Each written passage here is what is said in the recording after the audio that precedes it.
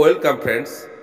আজ বাংলা শিক্ষা এসএমএস পোর্টালে একটা গুরুত্বপূর্ণ বিষয় আপনাদের সাথে শেয়ার করব। এজন্য অবশ্যই স্কুল হেড থেকে লগ ইন করতে হবে। প্রথমে ডাইস কোড, এইচএম এর পাসওয়ার্ড এবং ক্যাপচা কোড দিয়ে সাইন ইন করুন।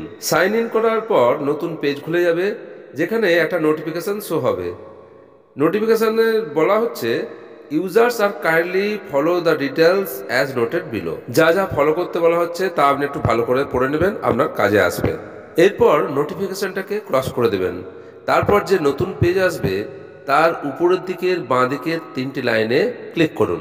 স্কুল ইউজারের ড্যাশবোর্ড খুলে যাবে। ড্যাশবোর্ডের মধ্যে language set up, evaluation, academics, school profile ইত্যাদি দেখতে পাবো। এর আগে আমরা যে ভিডিও শেয়ার করেছি বা যে কাজ করছি তা কিন্তু ইভ্যালুয়েশন ট্যাবের মধ্যে দিয়েই সব হয়ে গিয়েছে। ল্যাঙ্গুয়েজ সেট আপের কী গুরুত্ব তা আজ পর্যন্ত আমরা দেখিনি। আমরা আজ এই ভিডিওতে ল্যাঙ্গুয়েজ সেট আপের কী গুরুত্ব এবং ল্যাঙ্গুয়েজ সেট আপ না করলে কী সমস্যা হতে পারে তাই আপনাদের সাথে শেয়ার করব। বাংলার শিক্ষা এসএমএস পোর্টালে ল্যাঙ্গুয়েজ সেট আপে কাজ না করার ফলে আমাদের যে সমস্যা হয়েছিল, থার্ড ল্যাঙ্গুয়েজ হিসাবে ক্লাস 7 এবং 8-এ কোনো সাবজেক্ট দেখাচ্ছিল না। আমরা ভেবেছিলাম যে পোর্টালের কোনো সমস্যা, কিন্তু মার্কশিটের সমস্ত সাবজেক্টের কাজ করার পরও যখন থার্ড সাবজেক্ট হিসাবে কোনো সাবজেক্ট এলো না, তখন আমরা ল্যাঙ্গুয়েজ সেট আপে হাত দিলাম এবং ল্যাঙ্গুয়েজ সেট আপে কাজ করার পর আমরা আমাদের সমস্যাটাকে রিমুভ করতে পারলাম। ল্যাঙ্গুয়েজ সেট আপের মাধ্যমে ক্লাস 7 এবং 8-এর থার্ড ল্যাঙ্গুয়েজ হিসাবে সংস্কৃতকে মার্কশিটে অ্যাড করলাম, তারই ভিডিও আপনাদের সাথে শেয়ার করব। এর জন্য ড্যাশবোর্ডের ল্যাঙ্গুয়েজ সেট আপে ক্লিক করলাম। ল্যাঙ্গুয়েজ সেট আপে ক্লিক করার পর school language subject, student language subject, student language subject view এবং ইভ্যালুয়েশন দেখতে পাবো।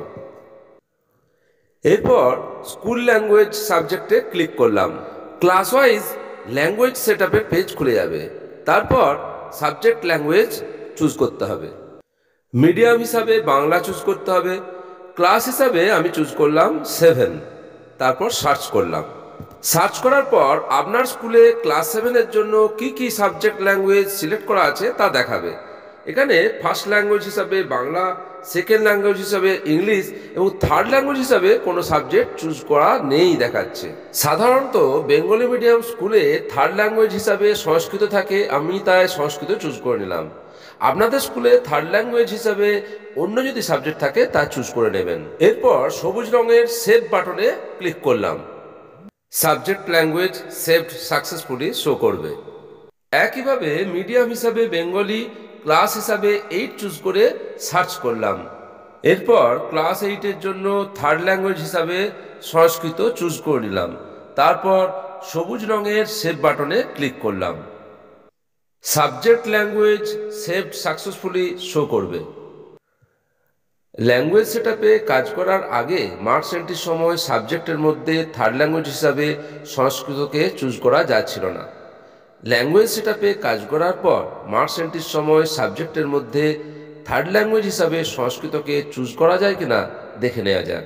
এর জন্য ক্লাস হিসাবে 8, সেকশন হিসাবে B চুজ করলাম এবং সাবজেক্ট চুজ করতে গিয়ে দেখলাম থার্ড ল্যাঙ্গুয়েজ হিসাবে সংস্কৃত কিন্তু এখন চলে এসেছে এবং টার্ম হিসাবে ইভ্যালুয়েশন 1 সিলেক্ট করুন। এবং একটা কথা মনে রাখতে হবে, মার্কস এন্ট্রির সময় অবশ্যই প্রথমে ফরম্যাটিভ ইভ্যালুয়েশনের নাম্বার তুলতে হবে, তবে আপনি সামেটিভ ইভ্যালুয়েশনের নাম্বার তুলতে পারবেন। ক্লাস 5 to 8 মার্কস এন্ট্রির সময় এটা অবশ্যই মাথা রাখবেন, যে কোনো ইভ্যালুয়েশনের নাম্বার তুলতে গেলে ক্যাটাগরি হিসাবে প্রথমে ফরম্যাটিভের নাম্বার তুলতে হবে, তারপর আপনি সামেটিভের নাম্বার তুলতে পারবেন। বাংলার শিক্ষা এসএমএস পোর্টালে ছাত্রছাত্রীদের ফরম্যাটিভ ইভ্যালুয়েশন এবং সামেটিভ ইভ্যালুয়েশনের নাম্বার কিভাবে তুলবেন তার ভিডিওর লিঙ্ক ডেসক্রিপশন বক্স এবং আই বাটনে দেওয়া থাকছে, চাইলে দেখতে পারেন। ল্যাঙ্গুয়েজ সেট আপে কাজ করার পর এবং সমস্ত ছাত্রছাত্রীদের মার্কস এন্ট্রির পর আমি স্টুডেন্টদের মার্কশিট ডাউনলোড করলাম এবং সেই মার্কশিটে দেখলাম থার্ড ল্যাঙ্গুয়েজ হিসাবে সংস্কৃত কিন্তু এন্ট্রি হয়ে গেছে, যেটা ল্যাঙ্গুয়েজ সেট আপে কাজ করার আগে আসছিল না। তো তাহলে আপনারা দেখলেন ল্যাঙ্গুয়েজ সেট আপের মাধ্যমে কীভাবে আমরা থার্ড ল্যাঙ্গুয়েজকে অ্যাড করতে পারলাম আমাদের মার্কশিটের মধ্যে। আশা করি এই ভিডিও আপনাদের উপকারে আসবে। দেখা হবে অন্য কোনো ভিডিওয়। ততক্ষণ সবাই সুস্থ থাকুন, ভালো থাকুন।